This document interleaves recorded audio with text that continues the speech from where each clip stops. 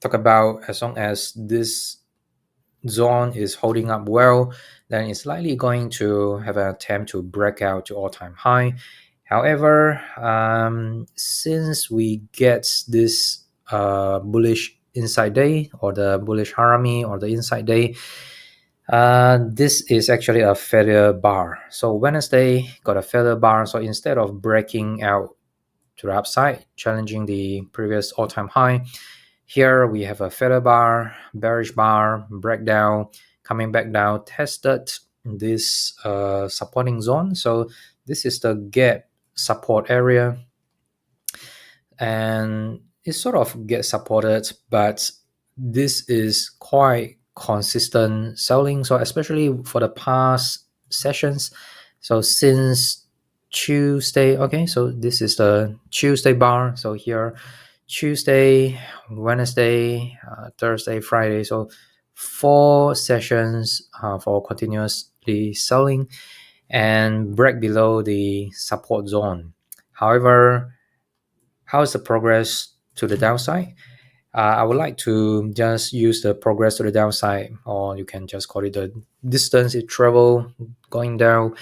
And let me just hover it to like Tuesday. So that's actually last Tuesday, and that is 2 weeks ago. So last Tuesday, there's a Dow bar of minus 1.38%.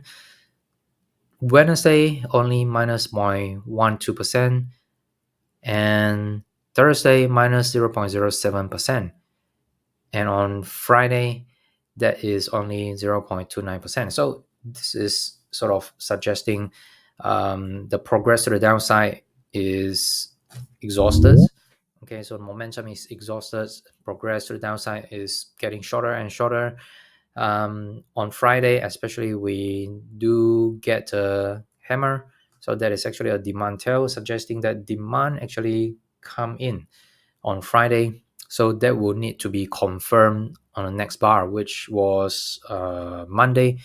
So Monday, the bullish bar, which was yesterday, up 1.3%, also break out from the downtrend line. So that is constructive and encouraging, suggesting that the swing is turning up.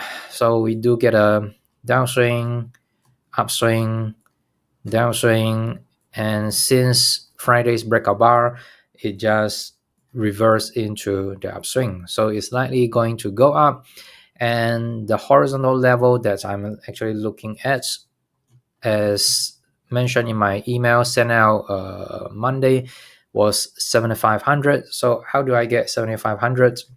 I just look at a smaller time frame. In terms of 7,500 as the horizontal resistance level, is just derived from this. So first we get this kind of the break, okay, a breakdown. So previously that sort of acted like a swing low or a round number, psychological number, 7,500, and followed by attempt to test, rejection, another attempt to break above, also showing rejection, and it's getting a bit more volatile. And especially with this bar, just one bar alone, breakdown, and then coming back down. But since seems like there's no much progress to the downside, so it's very important to have a commitment above the resistance level. So to be exact, this is 74.90. So on 74.90 is the axis line, is a resistance level.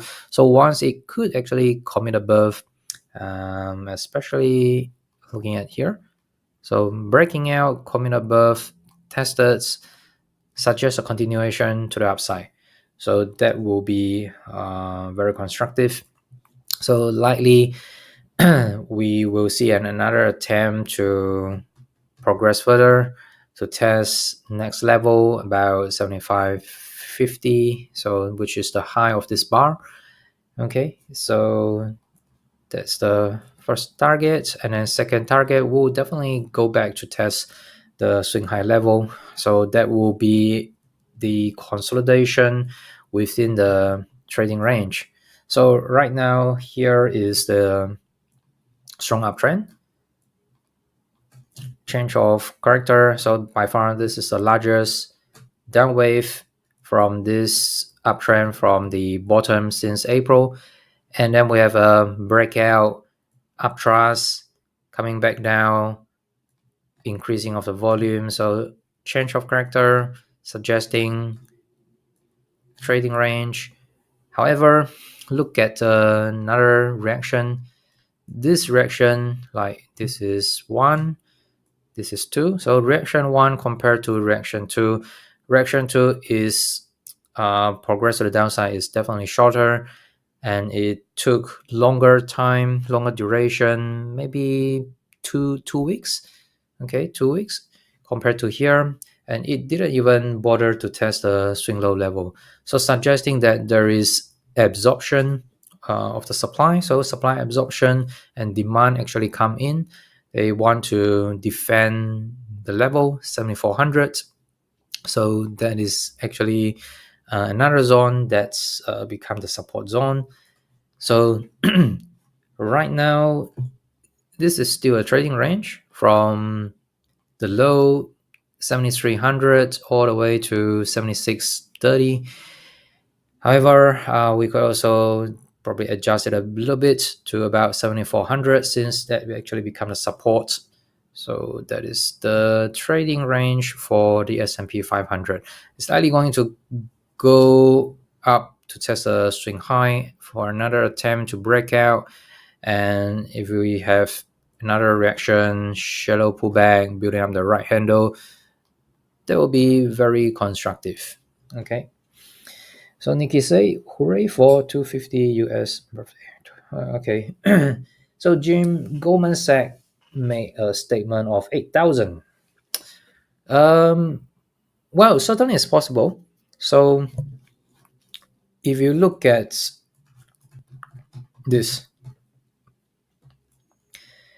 is the rally that we have never seen before in terms of the magnitude within a shorter period of time. Okay, so this is quite amazing, but this is even better. So with this sort of the momentum and looking at the change of character, which is the pullback. So the pullback, I think I use the percentage annotation before, is roughly around 5 to 6%. Okay, so it's just 5%. So a 5% pullback is really just very shallow. So suggesting that the momentum is still very strong. And if you take a look at the supply level, so compared to the past, this is increasing of the supply, but this sort of a supply is barely just comparable to here, slightly less than last year, December, but it's nowhere comparable to this sort of the selling.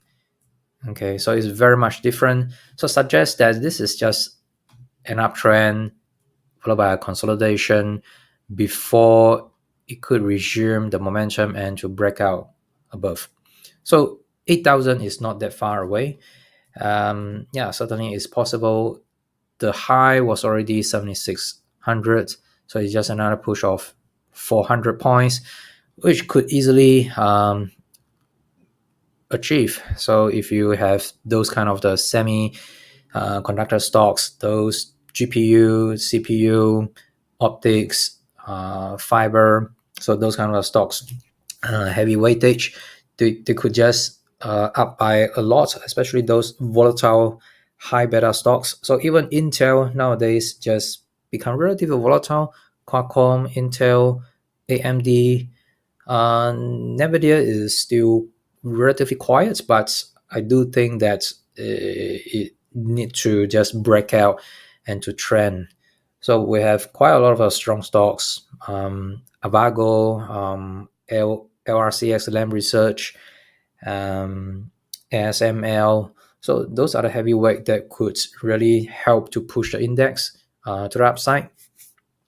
So despite the very extended run, but AI team is huge, so it's still ongoing. I don't think it will die down soon, although it could become a bubble eventually. but probably not in this year or next year. Might be in 2028, 2029, because just based on some of the fundamentals. So a lot of the backlogs coming from those machine sellers, the laser, and also memory. So it's just sold out until 2028, 2029. So it's quite unbelievable, to be honest. And you already see that Apple has been increasing their products, the price for their products, the iMac, their phone, and same as other tech gadgets. So Nintendo. So because of the shortage of the memory, so right now this is just still in a very hot wave, hot sector for those involving the AI, whether it's different sector like just the chip, the GPU, or the application wise. There's still plenty of the upside, I believe. And most importantly, this is the charts telling us that the pullback is relatively shallow. So under the worst case, which I still think will be relatively bullish, will be suddenly there will be some bad news from I don't know, Iran, US, or any other news that could further push down the price and testing 7300, 7200, and to get a prolonged consolidation. So that will be my worst case at the moment. Slightly bearish, but for a longer term time frame, this is still relatively bullish, and until proven as a distribution, so far this is still a potential accumulation structure. Okay, just by judging at the shallow pullback, and also the supply level is relatively low and is not that threatening yet, but it could change. We need more proof and we need more bars to check out, but so far this is still very constructive.